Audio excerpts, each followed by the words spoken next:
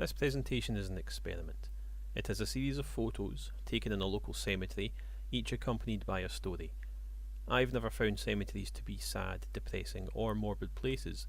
Any time I've walked through one, I've wondered about the people buried there, who they were, how they died, and how they were remembered. Some of the stories here are funny, some are sad, some are creepy, or at least they attempt to be. None of them are true.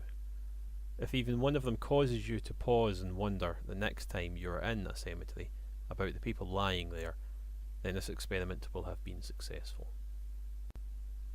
Unable to escape the curse of their unfortunate family name, the Bosho clan were doomed to be called Bawchops by all who knew them, and many who didn't. Despite a determined strategy of marrying out with the family, the name kept coming back somehow, like a persistent weed or a rash somewhere intimate. George and Margaret never spoke about George Jr. The loss of a child is a special kind of loss that is felt keenly, despite having the memory of 2 world wars to compete with. They had no other children.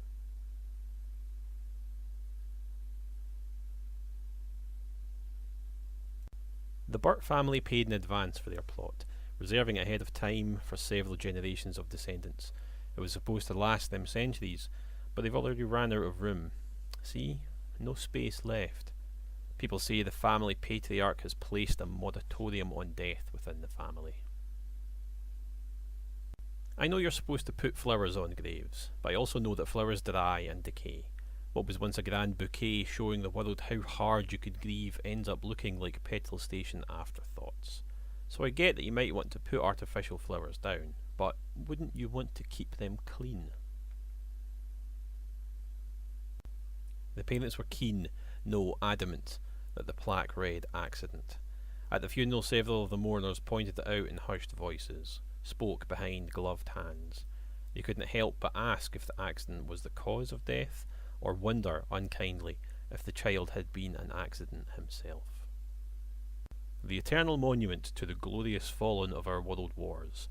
You see this memorial in every cemetery, but sneak in certain dark nights here and the carvings twist and blur.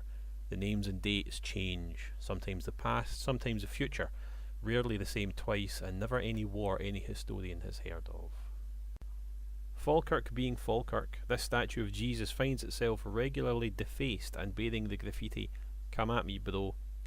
It would be nice to be able to say the offenders met with a suitably grisly end, but Falkirk being Falkirk, nothing ever happens, and the guilty go unpunished. When their parents both died in an unfortunate pudding-related accident, the Ranella children couldn't agree which name should come first, their mother's or their father's.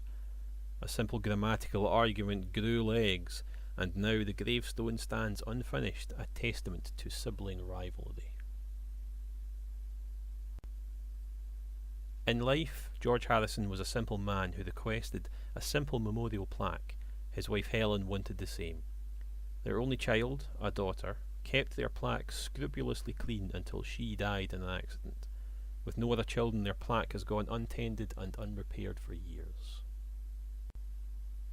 Hugh was a paedophile. He sexually abused his children for years and was never discovered. It was only after his death that the truth came out. His gravestone was repeatedly vandalised, smashed apart every time it was repaired. Eventually the council stopped paying for it to be replaced.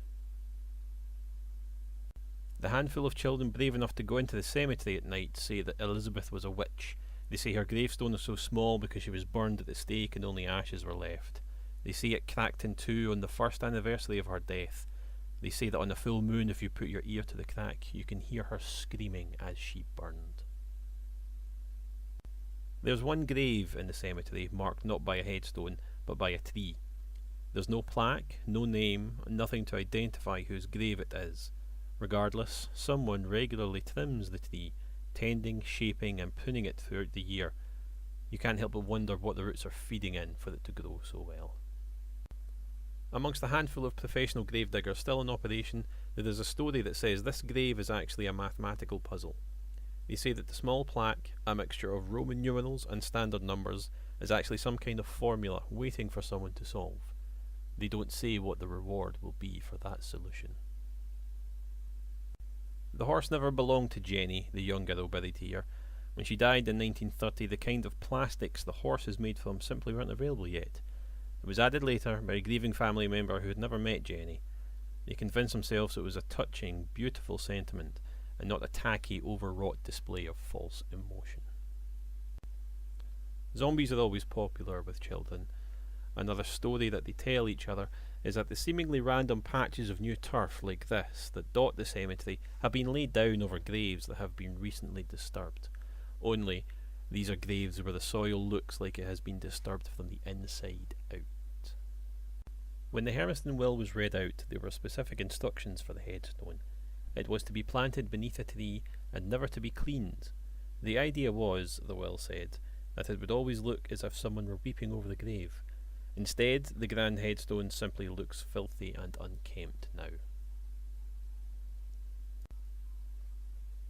Ultimately, not every grave has an interesting story. Not every case of neglect comes from a reason. In the end, some people just get forgotten. Their graves go untended, their names and lives go unremembered, and their headstones go unrepaired. Regardless of how grand your headstone may be, or how much space is set aside for future generations to lie together, eventually we will all be forgotten. By the time we do finally return to dust, we will be lucky if we are even a memory for the distant descendant.